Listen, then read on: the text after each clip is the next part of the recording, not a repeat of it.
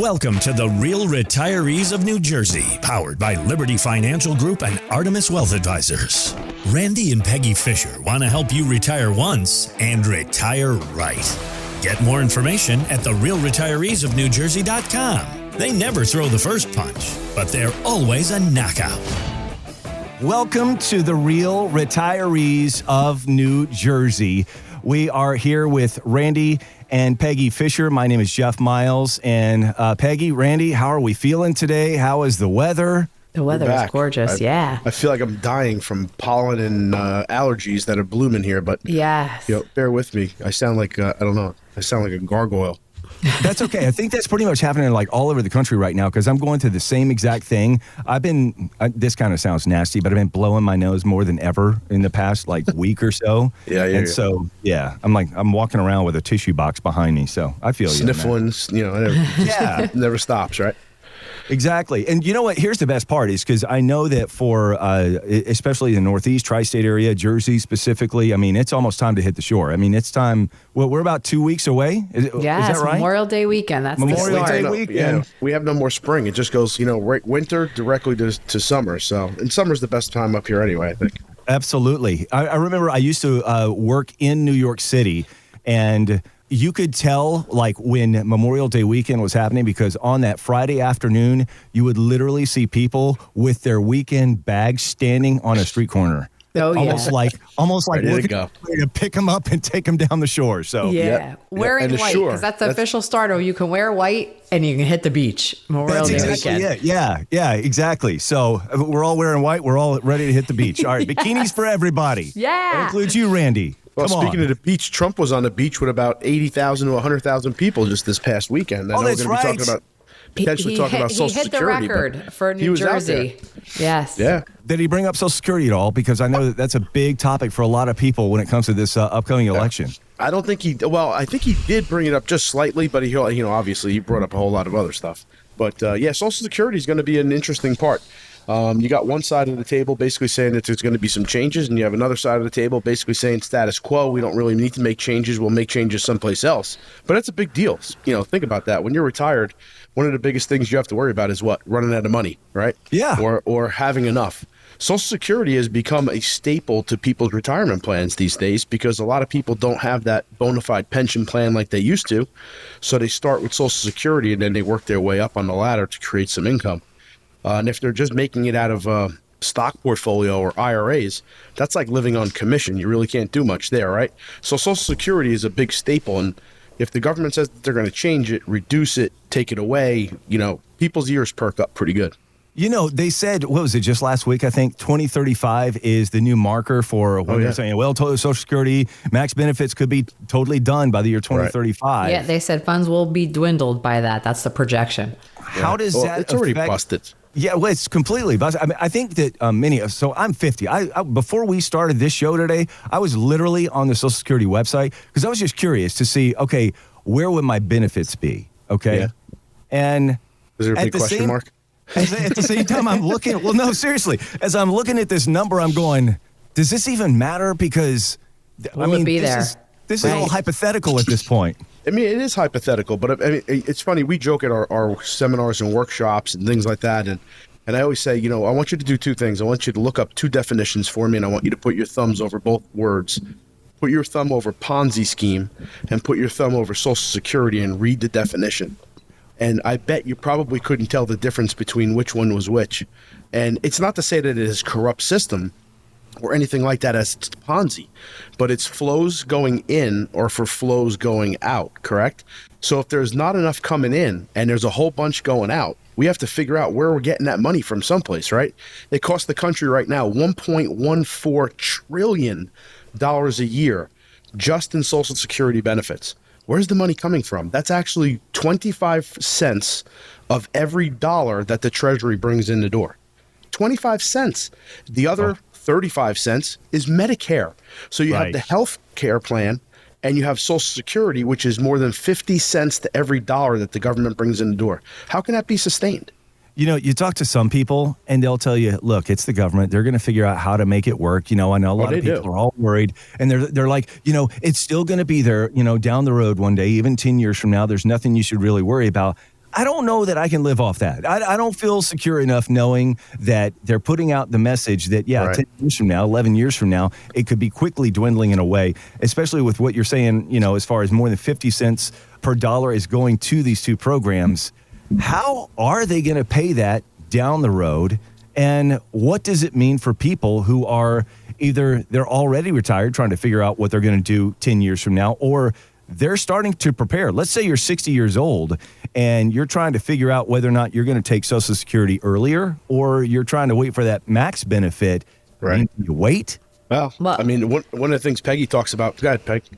Well, no, I'm just saying the polls do suggest that 79% of Americans oppose cutting benefits. So if that's even a thought, 80% of Americans say, no, that's not a good thought to have, right? Right. I mean, I'm surprised it's even that low. I thought it would be like 99% of the people say, I don't want my benefits cut, right? And then they say 75% said they were against raising Social Security eligibility age from 67 to 70. I mean, so, what age do we say, too, that we would raise that, right? But that's actually, think about that. We're living longer right now, right? We got these drug companies and technological advancements. I read something the other day that there's a female that'll be born this year. She'll live to 150. Yeah. I mean, that's crazy. Can you imagine living to 150 years? I don't know that I even want that. I don't think I want that either. So, right. But the moral to the story is the longer you live, the more money you need. But with that said, there's no adjustment to the mortality tables throughout the Social Security system. When this thing first started back in 1933 and the first check arrived in 1935, the system was literally perfect because you had to be 65 in order to qualify, but mortality was age 59. So you were already supposed to be dead 5 years already. And there was, 13, 15, 16 people paying into the system for every one person taking money out. Today, we have 2 people paying into the system for every one person taking money out. So, Jeff, you alluded to it before, what would the government do? There's a big copy machine that they have, and they just keep copying dollar bills over and over and over again, right? And they just keep sending them out the door. And it's either to pay for it or we get a loan to pay for it.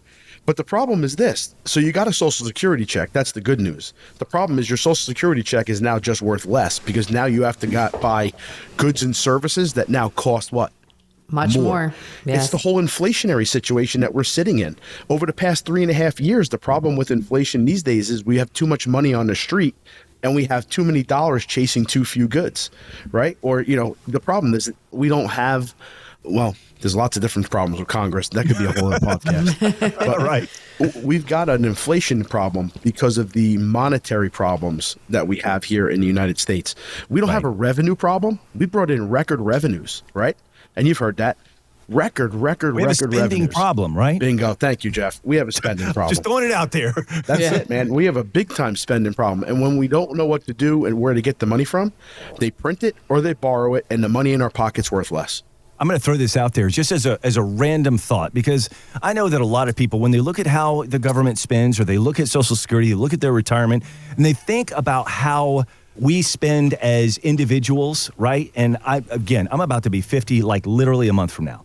And I say, okay, I got 20 years left before, I'm kind of pushed into, okay, I got to start taking my money out from Social Security, hypothetically. And with that said, I'm looking at life right now, and I'm like, you know what?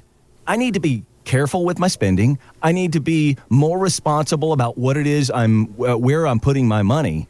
But you see, the government doesn't operate with the fact that they're going to retire 1 year. So they're spending like a 28-year-old, Yeah, who's they're retiring on our dollar. That's the problem. They retire on our dollar. They don't have to worry about any of that other stuff. And it's one of the only jobs you can actually go. In 4 years, you go from piss poor to a multi-millionaire, right? Yeah. So it's I've never seen anything like it. Every single solitary person that walks in the door thinks they're going to change the world, right? They're going to change Congress. They're going to go down there and change the swamp or whatever they want to call it. Right. They're conformed to the system within a year. And then next thing you know, it's K Street that's controlling Congress. It's all the other, soft money programs that are out there, all the money that's going to these people's campaigns. So you're like, hey, let's try to fix Social Security. Is Social Security really going to get fixed? They're just going to keep kicking that can down the road. Social Security just is a byproduct, and the problems with Social Security is a byproduct of what's going on in D.C. Would you agree? Absolutely. Yeah. I do. I think that's the problem. So, Well, and it's Randy, both parties. It's both parties. That's Yeah. right. And Randy always does say in our workshop, he's like, listen, I know how I can fix this, right, Rand? What's your yeah. spiel? You always say, everybody at the age of, they're going to have to wait until the age of what, Randy? 82 is the magical 82. mathematical number. If you So really if wanted we to told fix everybody, the program. right, Yeah. fix the program, everybody's got to wait Yeah. till 82. But then he says, how many of you are going to vote for me? Now, you Zero. know that's, Nobody's nobody's going gonna to vote. vote for that, right? Even to changes. Think about you. Peg just said before 79% or so, or what it was, for whatever it was. 79% opposed cutting said, benefits. hey, they're opposed to changes. Okay. Yeah. I'm surprised it's 79 and not 99. But again, how about those 79% of those people? If they say, well, we're going to start making changes to the system. I'll give you one change that actually could happen. Look this one up. As Biden says, look it up, man. Look it up. Right? I'm not kidding. Yeah. No, this is serious, though. It's called means testing, MEANS testing. Yeah. Go Yes. to AARP's website, Google, whatever you want to do. Look that sucker up. But what it basically says is the government decides on their own little formula whether you make enough money or you have enough assets, and they're going to give your Social Security away to somebody else that needs it. That's the Robin Hood effect, right? Wait, so Rob from hold the rich on. and give to the poor. Let me get this straight, because I'm going to see if I can somehow put my head around what you just said, because it's kind of scary. It Not hurt, gonna right? lie. Yeah, that one's right there in the heart. Okay, actually the pocketbook. So what you're saying is that if my means test says that I make more than what the government says I should make, then whatever it is that I would have been getting, they're going to give it to somebody else. Correct. Then how about this? How about if you were relying upon that to be your base amount of income because you don't have a pension, right? Right. And a lot of companies that are out there don't offer pensions anymore. A lot of people over their course of their career had transitioned from the traditional pension plan to a cash balance plan 401k opportunity. Sure. So that guaranteed paycheck that was going to come in the door every single solitary week, month, whatever it may be, it's not there. So their first line of defense on their cornerstone of their retirement income planning was what? Social Security. And I don't care if they made $300 million or they made $3,000 a year. It makes no difference if they've paid into the system and the government basically said, this is the system in which we have. It shouldn't be able to be taken away from anybody. They disguise this whole means testing when someone stands at the podium and it's the Warren Buffett rule. Anybody Right. remember this one? So when they say Warren Buffett's secretary pays more in income taxes than Warren Buffett. Now, you have to dissect that. The number one is the woman makes almost $400,000 a year as Warren Buffett's secretary, okay? Right, So she's right. making a hell of a lot more than almost everybody else. The interesting in fact is the income tax semantics. So the answer is 100% unequivocally, she pays more in income tax than Warren Buffett because Warren Buffett doesn't pay income tax. He pays long-term and short-term capital gains. Right? But he pays into the system and she pays into the system. So regardless of whoever pays into the system, they should still be, I hate this word, entitled to receive the benefit. Why should somebody be excluded from receiving the benefit because they were more prudent or made sacrifices or did the things in their life that they were supposed to do, like grown-ups, right? And they put the money away. And they're now going to be penalized, and their Social Security is going to be given away to somebody else because they don't have something or they have less. I think that's unfair, isn't it? Yes. I will say It's this, and you guys tell me if I'm wrong. As I was preparing for the show today, and I was looking at what would be my hypothetical number is, let's say it's $4,000 a month that I'm going to receive from Social Security based off of what I've paid in over the years. So I'm 50 years old. I could start at, hypothetically speaking again, because all of these rules could change within the next 12 months. It's true. But I could start taking out at what, 62, 63, or I could wait until I'm 70. Right. And that number changes obviously based off of when I start. But here's the thing, because everything is so hypothetical right now. Everything feels like it's literally, we're just looking at it from a perspective of, well, let's hope. Yeah, well, How do you plan your retirement that way? Exactly. We have a little cartoon that says buy and hope is not an investment strategy. It also should not be a Social Security strategy either, right? I Right. hope that it's going to be there. So that's the one side of it. Think about this, and we're talking about it potentially being reduced while two people are still alive. Right. How about if it's reduced or taken away when someone passes away? Yes. Because if you have two people that are collecting Social Security, when that first person passes, the smaller of the Social Security payment essentially disappears. Right? Regardless Right. if it's the wife's, the spouse's, whoever it is, the fact of the matter, or the husband's, it doesn't make a difference. If the spouse's is more than the husband's and the spouse passes away, the wife passes away, the husband can basically take the larger of the payment and vice versa. But one of the payments is going to go away. So if one was $3,000 a month and the other one was $1,500 a month, could you imagine losing $1,500 a month in your income? And that's not that changes to Social Security. That's under the current rules that we're at today. Right. And listen, let's be honest. I don't think that most people's lifestyle would, God forbid, I lose my wife. I don't know that my expenses are going to change that drastically. I don't disagree. Without her here. Right. Slightly. Well, Yeah, mine would. Right. I mean, she's got a sign in her office that says "Glam Office." I mean, I'm not saying that. Yeah. I'm not saying it has anything to do with it. she's got a license to shop, right? Yeah. So I think I would probably save some money there. But listen, I don't want her to go anywhere. But so people don't take that into consideration, and that's something that has nothing to do with altering the system to make sure that it's solvent, right? You mentioned that what date was that? 2035? 2035 is when they're saying that Yes. the drawdown happens. A year ago, we're not the only country that had their little insurrection day, right? Yeah. France Yep. had millions and millions of people march on Paris, France, because the government said that they were changing the retirement age. They have a They were upping retirement it. annuity, which is That's like correct. Social Security, right? Right. They changed it from 62 to 64, but this is the key. This is the key. To completely make the system solvent. We don't even have a solvent system. All we're doing is we're continually kicking the can down the road and saying, well, if we make this change, this can happen. If we make this change, this can happen. But it's not, hey, we fixed the system. We know what we have to do. Like you said, Jeff, we don't know what we have to do. We're just continually throwing stuff against the wall and hopefully the spaghetti sticks, right? And figuring it out that way. As people are getting ready for this election, and the economy being one of the most important factors of this election, which includes Social Security, includes your retirement. But with the economy, inflation, you know what word I've never heard from any of the candidates anywhere talking about the economy? Solvency is not a word I have heard Yeah. No. at Not all. in the vocabulary now. Yeah. Not. I mean, if the United States was a household or a business, we'd be out of business because we cap the credit every single solitary year. In fact, we were doing it yearly, bi-yearly, right? Biannually. Now we're doing it almost every 3 months. In fact, the United States is adding $1 trillion worth of debt every 100 days to the bottom line. That's a scary number. That's really scary because think about that. $1 trillion. We have $35 trillion worth of debt. We only bring in about 4 and change. So when you're bringing in, let's round it up. I'll round it up this time. We're bringing in $5 trillion worth of money. We're spending $6 to $7 trillion worth of money. Where does it come from? We print it or we borrow it. And part of that printing and borrowing is what we're talking about here today. It's Social Security.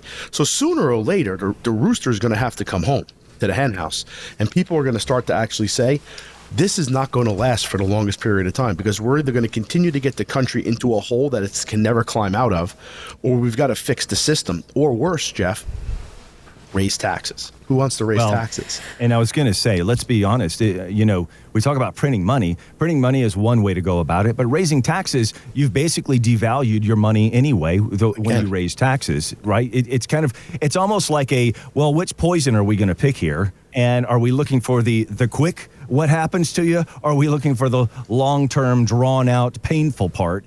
And I don't know that there's one that really is a better solution over the other when it comes to trying to fix that part of the problem, which is the spending problem and the fact that we're just so far in that trying to even get out it seems insurmountable, I would say, for a lot of people when you look at it.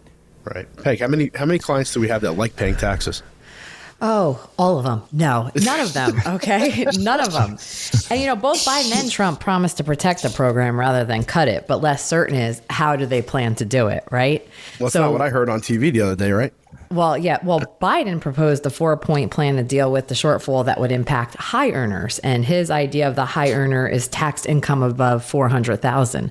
But do we really believe that? Yeah, exactly, Randy. But do we really believe that the only people we're going to tax high is someone making $400,000? I don't know about that. It never works out that way, though. Yes. It never works out that way. Well, it's just like they said that the only people that'll actually be affected by any of his tax plan is the $400,000 or richer, per year. That's not entirely true, too, because in 2025, if the Trump tax plan actually just simply expires, right, everybody that actually pays into the tax system is going to be pays taxed. more taxes. Right, exactly. So I don't care if you make $30,000 a year, you make $300 million a year. You're paying more in 2026 for 2025 expiration. That is it's going to be interesting. How do we handle that with our retirement? How do we negotiate? Okay, let's just say, all right, I'm 55 years old. What do I do when I look at the fact that Social Security, it is what it, like the hypotheticals that is right now. But then also, as it pertains to, the other buckets that you have with your retirement, and then you do look at the economy, you do look at inflation, you do have to, look at the stock market and what that's going to end up doing at some point in time. Mm-hmm. Where are we with all that? Yes, well, when we're talking with all of our clients, we prior plan for things like that. We put in there, shortfalls if God forbid something happens like, big inflation or a crash or something like that. That's all things we do talk about with our clients, or we do have other products that can help protect your money as well. So we as you said, buckets. We take our safe money bucket. We have our investment bucket. We have our insurance bucket. We have our tax bucket. All the things that we talk with our clients on how to, plan ahead for things that could happen in the future. If you don't proactively plan, you're just being a reaction, just a reactionary plan. Right. And nobody really wants to just stick their head in the sand like an ostrich. Right. But a lot of people don't like to think about these things, right? They don't. Just like long-term health care or whatever it may be. It's all one of those things, it'll either never happen to me or I don't want to think about it right now. It's very uncomfortable. Well, losing income is uncomfortable. Losing money is uncomfortable. Yes. But if you build it into the plan and it's there temporarily in the beginning, that's not a problem. But we have to have more or less a surplus of other assets. If, God forbid, somehow the rug gets pulled out from underneath us, that it doesn't change our entire lifestyle or what we like to do, to travel, to play with grandkids, golf, fish, whatever you like to do.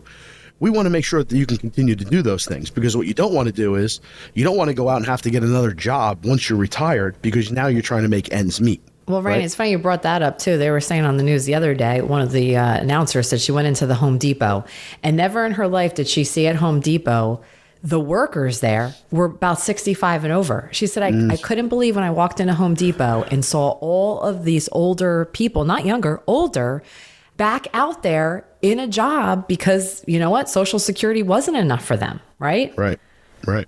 It's interesting you mentioned Home Depot. I'm just going to throw this in real quick because my wife, her father, he is retired military.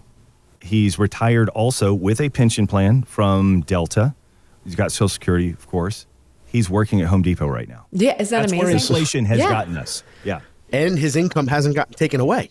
Right. That's It's just exactly it. It hasn't gotten any smaller. Yeah. He's just having to add to it. And this is that part about the inflationary part you were speaking about. Right. That a lot of things people are getting much more expensive, right? I'm going to throw something at you that I've been thinking about recently. And again, as the guy who's 50 and okay, I better get my you-know-what together. And it has to do with the fact that if you look at what the baby boomers are right now, many of them, I'm not going to say most of them, but I would say many, okay, they grew up and lived a life where a pension was absolutely a part of what their retirement plan was probably going to look like. They did have Social Security as something that they were going to look at. But as we start to look at the next generation that will be retiring, before you know it, so get ready, Gen X, because you're getting there faster than you realize. That's true. I've never looked at an idea where having a pension necessarily was part of my retirement. Instead, you get the 401k and whatnot. And so when you're talking to someone who may be 55, 60 years old, and they're not quite at the point of, okay, it's time for me to, start figuring out how I'm going to use my money. They're still trying to figure out how to contribute to that money. What do you tell them, especially with this news about Social Security? Randy, go ahead. Thank you. Yeah. She's like, not it. Cue card. It's all yours. Yeah. Well, first is in the accumulation stage, right? So you can do everything you possibly can to actually trim all your expenses down, live within a budget, try to figure out where you're actually making head and tailwinds against what your retirement plan is, and where are you winning, right?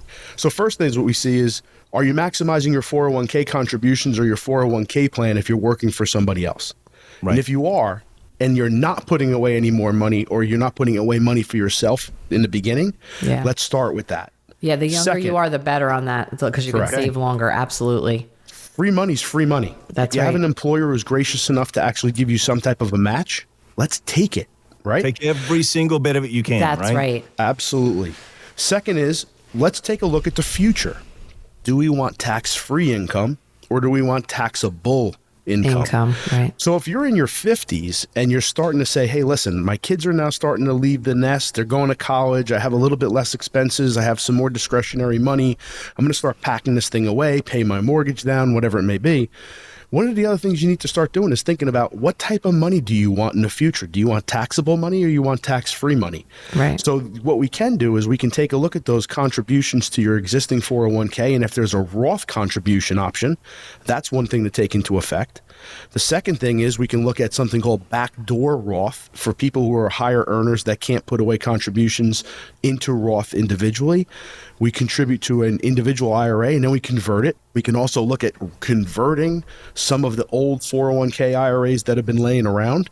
Because when you have a ramp up period to retirement, that paying the taxes now and never having to pay the taxes ever again on that compounding money, and then taking tax-free money out for the rest of your life, that's extremely valuable. Because we talk about making a dent in the scenario. Okay, worst case scenario, the government takes some of your Social Security away or all of it away. But you have a tax-free retirement bucket that you pull money from, and every time you take money out, Uncle Sam doesn't get a nickel. Right. It's a pretty good thing, right? I'll take that scenario, thanks. Yeah.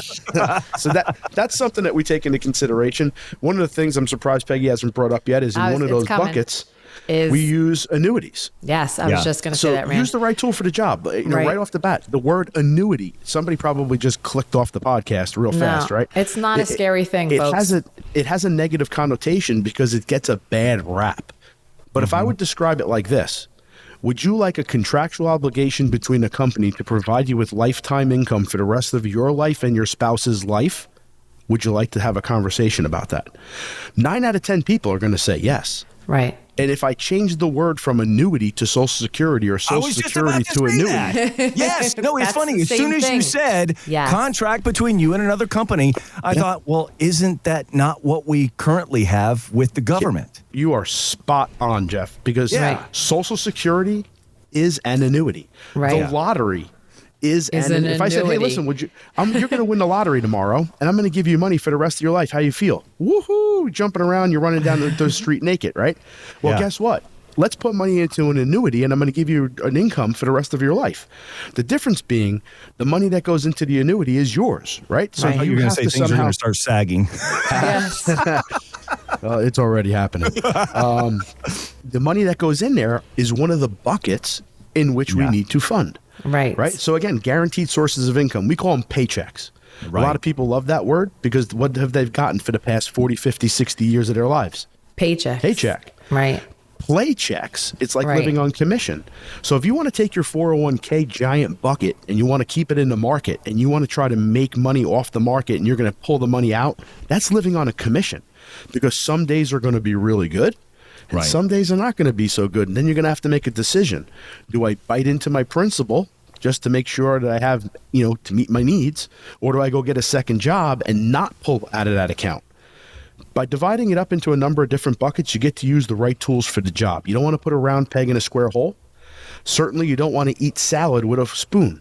And you don't want to eat soup with a fork, right? Unless it's chunky. But that's a different story. But what you want is you want to use the right utensil, the right tool for the job.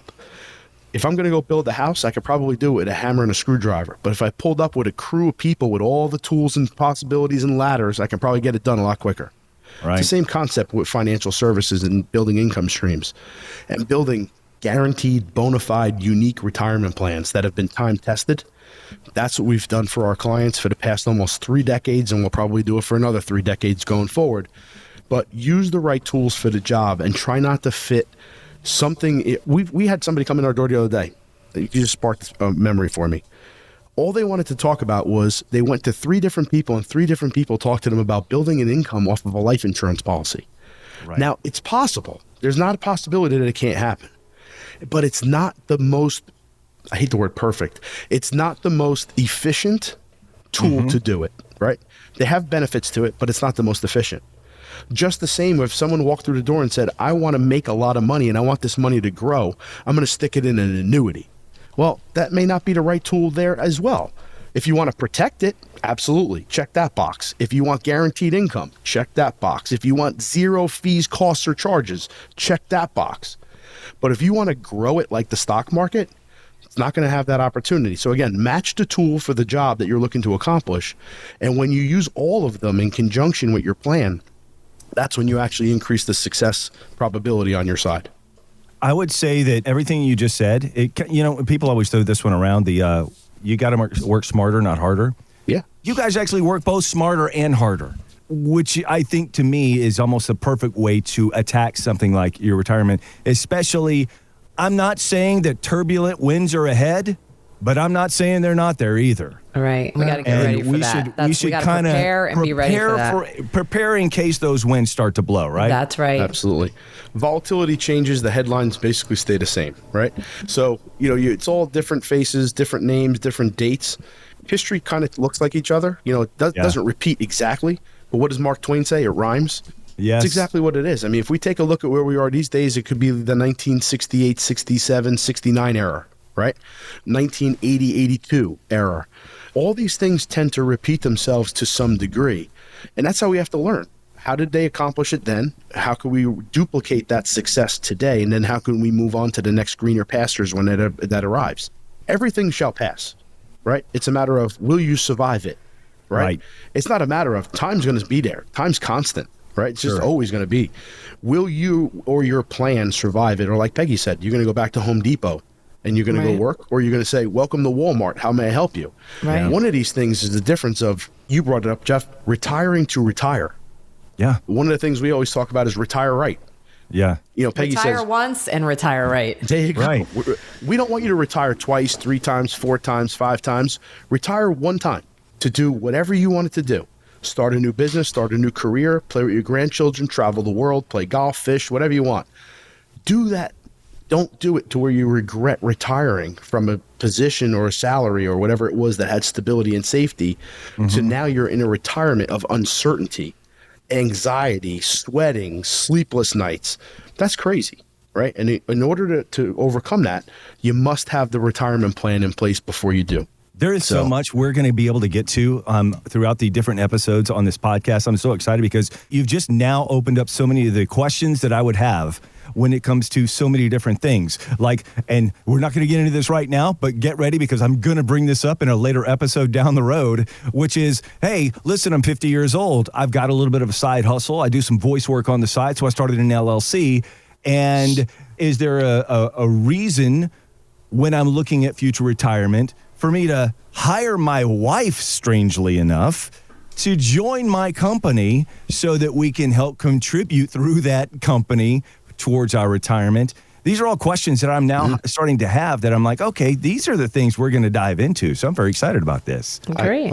We'll definitely add on to a lot of those little episodes with some good chunks and valuable information. The very next episode that we're going to jump into and want to make sure that you like, subscribe, go to Apple Podcasts, go to Spotify, and make sure that you favorite these podcasts. Make sure you subscribe and you get notifications every time a new episode comes out. But we're going to talk about DIY. People love to DIY things. I'm one of those people. I'll admit it. I did one recently that it's the dumbest thing I've ever done, which we'll get into in that next episode. But for a lot of people, they think that they can DIY retirement. And as we just talked about all of the volatility as it pertains to stuff like Social Security and everything else, I don't know that I could necessarily spend the time it would take for me to DIY my retirement moving forward. I tried to DIY my proctology exam. There's not going to be a YouTube video for that one, just so that people know. I pulled my own teeth out of my head too. I DIY. I looked it up on YouTube how to actually give myself a root canal. That didn't go too well either, right? So leave the medical experts to that, right? I knew that was gonna leave you both speechless. So I love it. But the fact of the matter is, DIY is good to a degree, but DIY should not be in the financial services side. Exactly. So go to the websites, libertyfingroupllc.com, retirewithartemis.com. Again, libertyfingroupllc.com, retirewithartemis.com. Peggy and Randy, the real retirees of New Jersey. Awesome job on this podcast today. Y'all are speechless. I love it. She's speechless. I always leave her like, you just wait till we get to the next episode, Randy. I'm taking over. Good stuff. I'm Jeff Miles. We'll talk to you on the next episode. Thank you so much for listening.